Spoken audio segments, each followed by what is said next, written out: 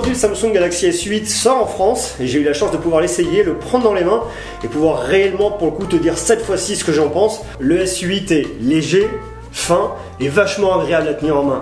Quand tu l'as dans la main, tu te rends vraiment compte que c'est un objet qui est petit, qui est hyper maniable et qui est vraiment super agréable à tenir dans ta main. Alors l'écran est aussi hyper confort à regarder, 5,8 pouces, Super AMOLED, c'est un écran où effectivement tu as du borderless, un écran légèrement incurvé, ce qui fait que la partie écran occupe quasiment la totalité du smartphone. Ça, tu le sais, on en a déjà parlé, mais c'est vrai qu'il y a une différence entre en parler et voir les vidéos directement chez Samsung et tenir le smartphone dans tes mains. Une fois que tu as dans ta main, tu peux te rendre compte vraiment que c'est un produit qui est vraiment super sympa, très agréable à regarder. Et pour l'instant, dans tout ce que j'ai vu, tout ce que j'ai pu essayer en termes de smartphone, en termes de qualité et je dirais de plaisir de lecture, c'est top. Alors le seul bémol sur lequel je ferai attention, c'est comme on est sur un écran en verre, attention à la casse. Il est normalement équipé d'un système qui le consolide et qui évite qu'on le casse en l'échappant et en le faisant tomber. Mais ça, on sait très bien qu'il n'y a rien d'infaillible. Ça dépend qui tombe sur une petite pierre, sur quelque chose qui sur une imperfection. Rien n'est infaillible et effectivement le téléphone peut se casser. Donc c'est un petit peu, je dirais, le point sensible de ce smartphone pour l'instant. Autre point hyper intéressant par rapport à la concurrence, notamment à l'iPhone 7 et 7 Plus qu'on peut retrouver chez Apple, c'est qu'il y a toujours une prise jack. C'est tout con, mais quand on est créateur de contenu, la prise jack, c'est top. Pourquoi ? Quand tu as un micro comme ça et que tu veux le brancher quand tu fais un vlog, quand tu es en train de faire un reportage ou n'importe quoi, le brancher sur ton téléphone, tu prends la prise jack, ça, tu le câbles, tu poses, hop, ça te permet effectivement d'avoir un outil pour pouvoir passer partout, faire du vlog et alors en termes de discrétion c'est pas ça, mais en tout cas tu peux le brancher. Sur l'iPhone 7 et 7 Plus, ça tu l'oublies, tu vas pas le plugger directement dessus, c'est malheureusement pas possible. Pourtant c'est vraiment devenu l'outil indispensable, notamment quand tu fais du vlog. Tu utilises un petit tripod comme celui-là, la vie jolie, tu mets ça, hop, paf, tu passes partout, c'est discret, tu le plugs, c'est indispensable. Donc c'est très bien que Samsung ait gardé cette prise jack. On sait très bien que Samsung s'adresse énormément aux créateurs de contenu. On le voit avec la caméra 360, avec la qualité de leur appareil photo. Bon, qualité qu'on peut retrouver aussi chez les iPhones, donc c'est pas le point de comparaison, mais vraiment, ils s'adressent aux créateurs de contenu. On l'a vu lors de leur dernière présentation.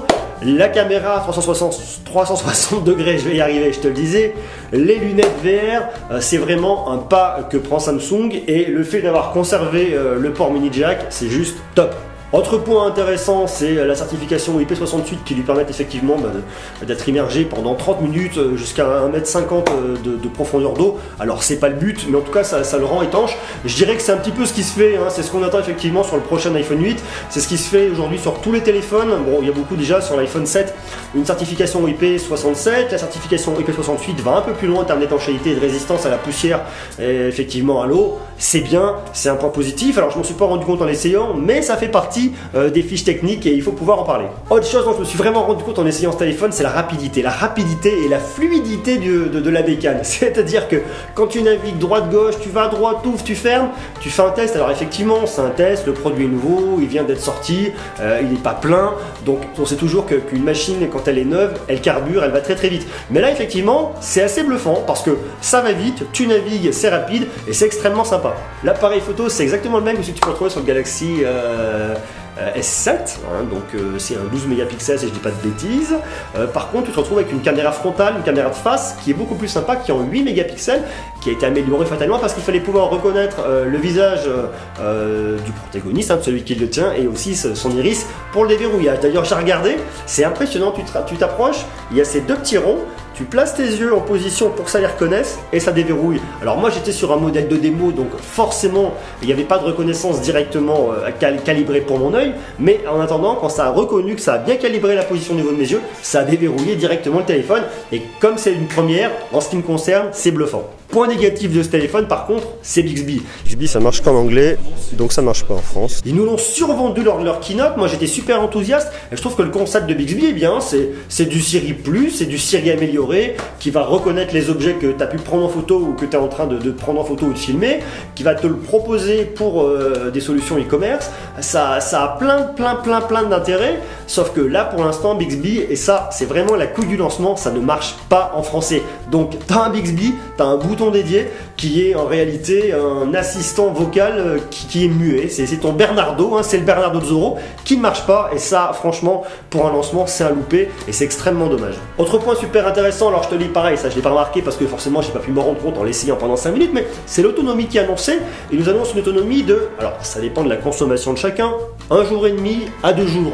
Si tu l'utilises comme un fou, qui est tout le temps dessus connecté, fatalement ta batterie elle va descendre beaucoup plus vite. Et pour l'instant, ce smartphone annonce vraiment une autonomie qui est vraiment remarquable par rapport à ce qu'on trouve sur le marché. En tout cas, il se positionne parmi les tops du marché. Autre point négatif, c'est effectivement le lecteur d'empreintes digitales qui est placé au dos. Je l'ai essayé, alors je pense que c'est un coup à prendre, hein, on va pas cracher dans la soupe. Il faut prendre le coup de positionner son doigt vers l'appareil photo pour le déverrouiller si on souhaite le faire comme ça. En attendant, je trouve que c'est pas hyper pratique. Quand tu prends le téléphone, quand tu le saisis, tu aurais plus naturellement tendance à aller au milieu du smartphone qu'à aller le chercher vers le haut. C'est une position qui ne te paraît pas très naturelle et qui peut être sensiblement inconfortable, hein, avec des grandes guillemets. À voir effectivement par rapport aux rumeurs que tu as pu voir, d'ailleurs va voir ma vidéo si tu veux voir sur le prochain iPhone 8 où on devrait retrouver un capteur au dos de l'appareil mais par contre qui serait positionné au milieu. Ça me paraît plus logique. Donc peut-être que c'est quelque chose qui sera corrigé pour le prochain Samsung, le Galaxy S9.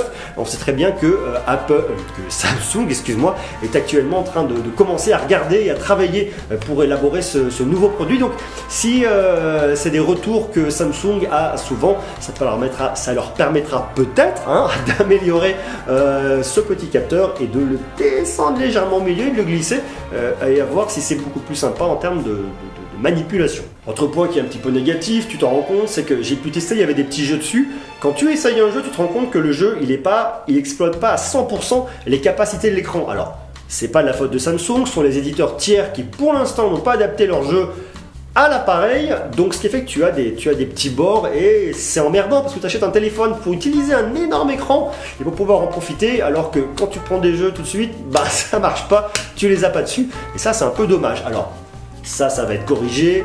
Il ne faut pas s'inquiéter, dès que les éditeurs se seront un petit peu lancés dessus, ils vont faire des correctifs effectivement qui vont être adaptés à cette version de cet appareil et ça va être super sympa. Voilà tout ce que je peux dire aujourd'hui sur ce S8 que j'ai pu manipuler pendant, je te le dis, quelques minutes. Un appareil remarquable, l'écran, comme on peut le voir dans les vidéos, c'est top, c'est super sympa. Très agréable en termes de prise de main. Maintenant pour l'instant moi je me positionne pas sur le fait de me dire je vais prendre celui-là ou je vais prendre autre chose. J'attends de voir ce que va proposer réellement Apple pour pouvoir effectivement faire mon choix, mais je pense en tout cas que 2017 ça sera l'année du changement.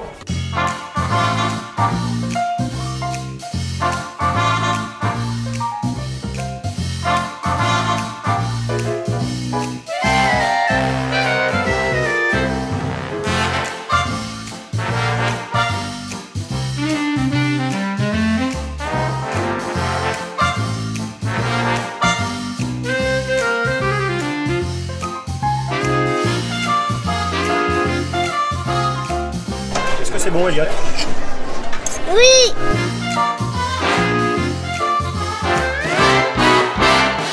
Comment ça va, papa? Ça va bien, je te remercie, et toi? T'as bien mangé? J'ai bien mangé, oui. Ça va bien? Oui, ça va bien. Ouais, ça roule. On est en train de travailler, on est en train de manger. Tu fais un vlog? Ouais.